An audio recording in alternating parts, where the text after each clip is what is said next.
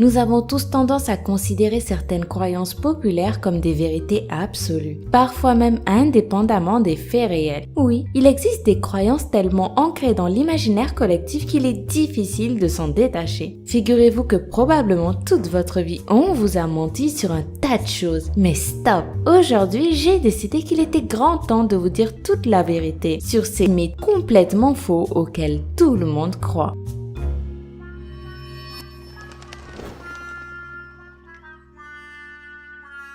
Il ne faut pas réveiller un somnambule. Il paraît qu'il ne faut jamais réveiller un somnambule au risque d'arrêter son cœur. Mais connaissez-vous quelqu'un dont la crise de somnambulisme a débouché sur la crise cardiaque? Non, nous non plus. Quand un individu est en phase de somnambulisme, il est comme coincé entre sommeil profond et sommeil léger. Le réveiller équivaut à réveiller quelqu'un qui est en train de rêver. Il va donc probablement se sentir totalement désorienté. Mais vous ne risquez pas de le tuer, c'est un mythe. Par contre, le réveiller soudainement risque de l'énerver et là, il peut devenir violent. Car la partie rationnelle du cerveau s'éveille plus lentement que la zone en charge de l'instinct. Du coup, réveiller un somnambule est en fait plus risqué pour vous que pour lui. Dans la mesure du possible, essayez de le raccompagner calmement vers son lit en tentant de ne pas le réveiller. Sinon, il pourrait vous frapper, surtout si vous le secouez. La grande muraille de Chine est visible de l'espace. C'est l'une des légendes urbaines les plus connues, mais qui continue de se répandre dans la culture générale comme un fait établi. Sachant que la Grande Muraille de Chine, dans ses plus gros fondements, atteint 9 mètres de large, elle n'est pas plus visible de l'espace qu'une autoroute ou qu'un gros bâtiment. Jusqu'à une certaine altitude, quelques dizaines de kilomètres tout au plus, la Grande Muraille est visible, mais certainement pas depuis la Lune, loin de plus de 380 000 kilomètres. Les poils repoussent plus épais quand on les rase.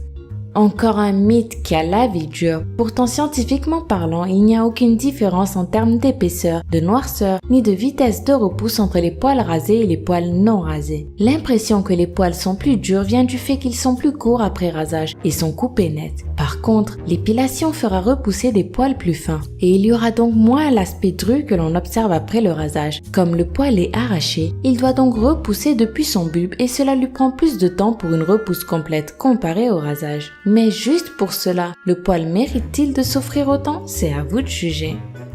Plus notre cerveau est gros, plus on est intelligent.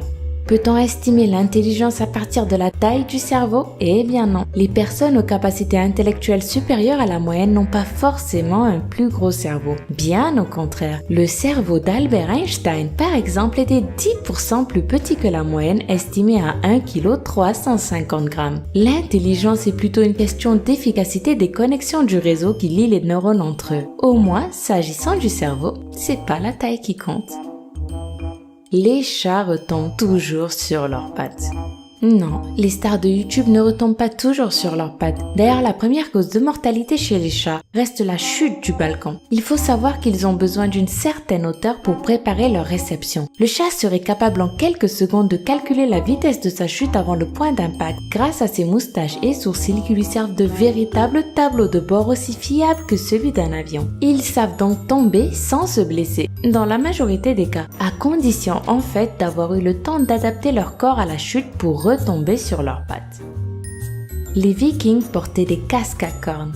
Cette révélation risque d'en surprendre plus d'un, mais le casque à cornes n'a jamais fait partie de la panoplie du parfait petit viking. Il a certes existé, mais ce n'était qu'une tenue de parade qui n'était pas utilisée pour combattre. Les Vikings portaient des sortes de bonnets en cuir au combat qui ont petit à petit laissé place à des casques en métal. C'est l'imagerie chrétienne qui fait que les cornes leur collent à la peau, histoire de diaboliser les Vikings vis-à-vis des chrétiens.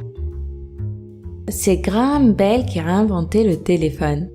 Tout le monde croit que c'est Bell qui a inventé le téléphone. D'ailleurs, la preuve, Bell en anglais signifie sonnerie et ça ne doit sûrement pas être pour rien. Mais pourtant, selon certaines personnes, ce ne serait pas l'américain Graham Bell qui aurait inventé le téléphone, mais un certain Antonio Meucci. Et oui, comme l'a reconnu la Chambre des représentants des États-Unis en 2002, le téléphone était en fait l'invention d'un Italien fauché. Dès 1850, ce dernier avait créé le télétrophone, ancêtre du téléphone dont il sera fait mention dans un journal américain 10 ans plus tard. C'est à ce moment-là qu'Edward Grant, vice-président de la Western Union Telegraph Company, prend contact avec Meucci pour lui demander une démonstration, lui proposant gentiment d'entreposer son matériel dans ses locaux. On soupçonne alors Bell d'être allé jeter un coup d'œil au prototype de Meucci dans les locaux de la Western Union Telegraph Company. Il n'a ensuite eu qu'à attendre que le pauvre Meucci perde les droits sur son invention, faute de $10 pour les payer, pour ensuite déposer son propre brevet en 1876.